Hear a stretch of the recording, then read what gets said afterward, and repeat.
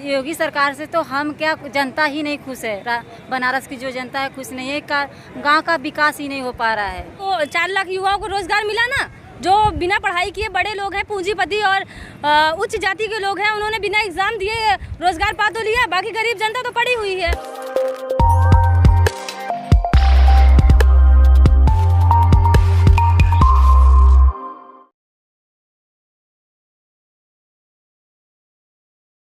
उत्तर प्रदेश में क्या, पूरे भारत में महिलाएं सुरक्षित नहीं है। जिस तरह की आप देख सकते हैं कि आंकड़ा आता है कि एक दिन में 132 लड़की के साथ बलात्कार हो रहा है, उनके साथ अत्याचार हो रहा है। इस हिसाब से आप समझ सकते हैं कि महिलाएं कहीं भी सुरक्षित नहीं है। चलिए दोबारा मैं आपसे बात करूं, क्या कहती है, राशन मुफ्त में मिल रहा है? राशन तो मुफ्त में मिल रहा है, लेकिन उसमें यूनिट जो है 5 यूनिट होता है, 1 यूनिट कट जाता है।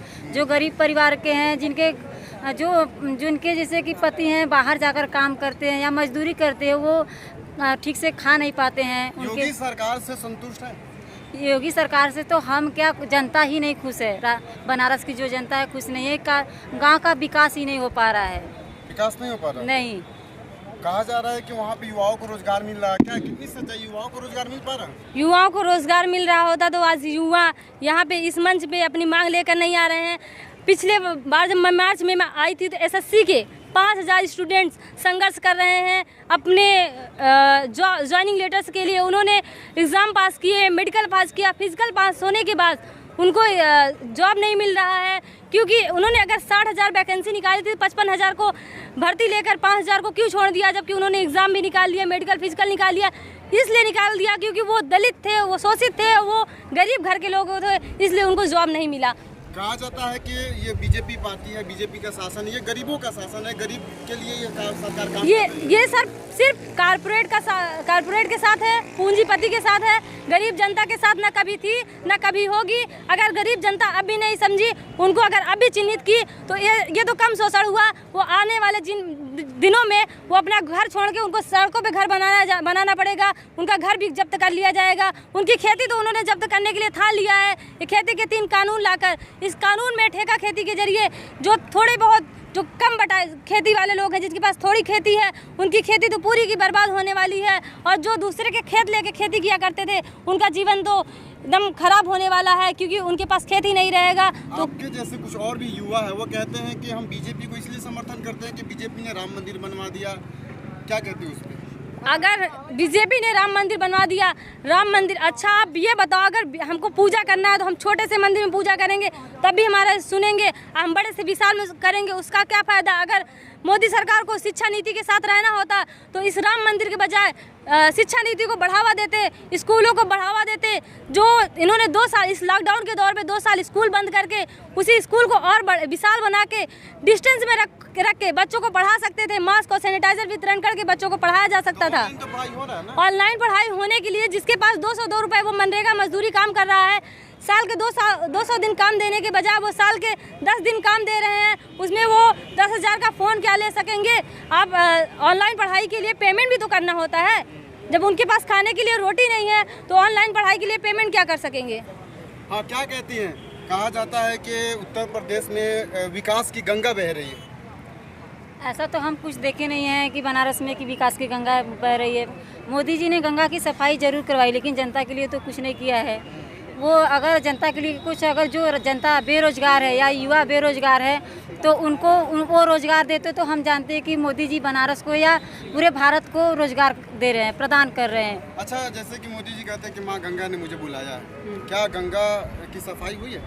गंगा की सफाई तो उन्होंने बहुत अच्छी तरीके से किया है, लेकिन जो मजदूर हैं, गंगा की सफाई में जितना उन्होंने पैसा खर्च किया है, अगर उसके बजाय गरीबों को देखते, या तो सड़क है, नाले हैं, गांव के जो हैं बेरोजगार रुके हैं, उनके ऊपर खर्च किया होता तो आज ये नौबत नहीं आई होती। तो क्या लगता है इस बार 2022 में चुनाव होने वाले हैं, क्या महिलाओं का वोट भारतीय जनता पार्टी को जाएगा? महिलाओं का वोट तो भारतीय जनता पार्टी में नहीं जाएगा, लेकिन हम जो भी आने वाले होंगे, जो भी जिनको हम चिन्हित करें, हम उनसे बस यही उम्मीद करेंगे वो शिक्षा नीति को सही कर दें और महिलाओं पे जो अत्याचार हो रहा है उस पर रोक लगा दें। और मोदी सरकार ने जो नारा लाया था बेटी बचाओ बेटी पढ़ाओ, उस पर वो अमल करके वो सरकार आ जाए और युवाओं को रोज़गार दे दे, और ताकि आने वाले दिनों में अगर वो हमारे साथ जितना अच्छा विकास करेंगे हम उनके साथ उतना ही खड़े रहेंगे। एक मिनट, आपने रोजगार का यहाँ पे जिक्र किया, तो होर्डिंग लगे हुए दिल्ली में, उत्तर प्रदेश में लिखे, वहाँ पर होर्डिंग में लिखा है कि 4 लाख युवाओं को रोजगार मिला है। हाँ, तो 4 लाख युवाओं को रोजगार मिला ना।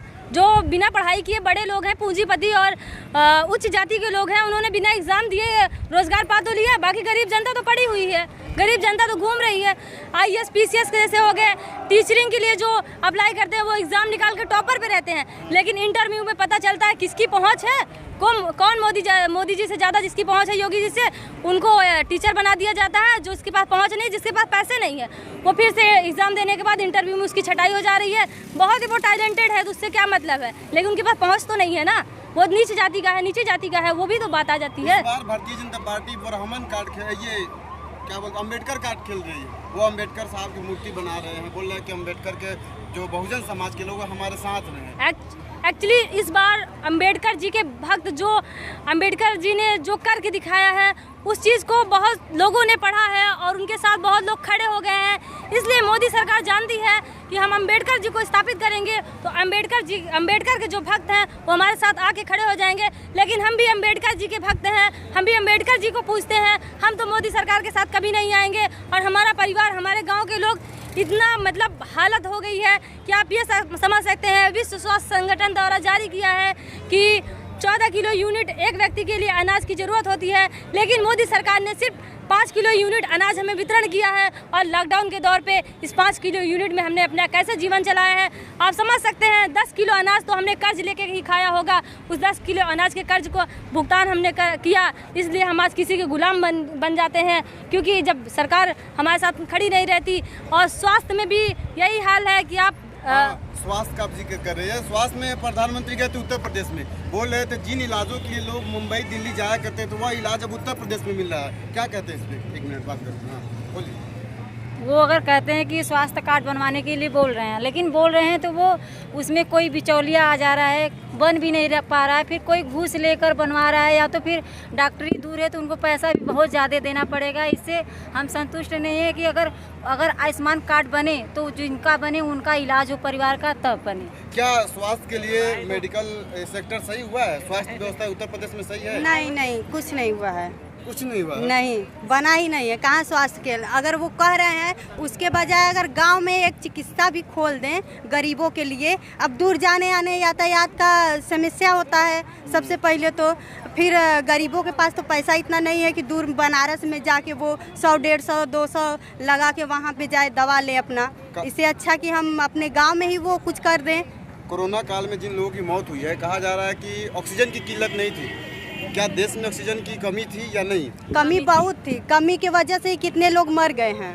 तो क्या ये लोग जो सांसद लोग या जो पार्लियामेंट में जाके भारतीय जनता पार्टी के नेता बोल रहे हैं वो सही बोल रहे हैं या गलत बोल रहे हैं? गलत बोल रहे हैं। हम बता रहे हैं, हम वहाँ बनारस से रातला बिरभानपुर गांव से अखाड़े देवी से आए हैं। मेरे बिरभानपुर में सिर्फ 35 लोगों का आंकड़ा है, तो सोच लीजिए इसी आंकड़े से कितना बड़ा गांव है, कितने लोग मरे होंगे। अगर ऐसा सुविधा होता तो कोई मरता नहीं, आज सब लोग रहते हैं। क्या बेटियों के लिए भारतीय जनता पार्टी काम कर रही है?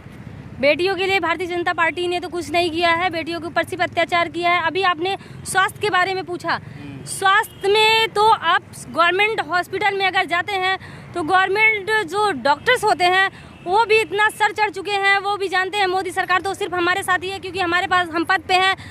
वो जाओ तो वहाँ पे पर्ची लिख देते हैं कि आप जाओ, वो मतलब प्राइवेट सेक्टर पे हैं, वहाँ प्राइवेट सेक्टर पे जाओ, आपको फीस दे के इलाज करवाना पड़ता है। अगर गवर्नमेंट में भी जो डॉक्टर आपको देख रहे हैं वो कभी दवा वहाँ से वितरण नहीं करते हैं, कहते हैं यहाँ पे दवा नहीं है, आप जाके प्राइवेट सेक्टर से दवा लो। प्राइवेट सेक्टर पे दवा इतनी महंगी होती है कि गरीब जनता बिना दवा खाए, बिना इलाज करवाए मर जाता है। और गर्भवती महिलाओं के लिए तो आप सोच सकते हैं क्या हाल है इस मोदी सरकार में। हम इलाहाबाद से आए हैं, जसरा ब्लॉक से आए हैं। जसरा ब्लॉक में पता चलता है कि रात को आप गर्भवती लेडीज़ को ले जाते हो तो वहाँ की डॉक्टर्स जो नर्स होती हैं, अगर रात को जाते हो तो उठने के लिए तैयार नहीं होती। ये नहीं देखती है कि कैसे तड़प रहा है मरीज़ हमारा। और अगर नॉर्मल डिलीवरी होती है तो पहले आप 2000 रुपये पेमेंट करो, ऑपरेशन के लिए चाहिए होता है तो 5000 पेमेंट करो तो ऑपरेशन होता है। इस सरकार ने अगर हमको फ्री में वितरण किया हुआ है, फ्री में इलाज दिया है, तो हम क्यों पेमेंट करके हमको इलाज करवाना पड़ता है।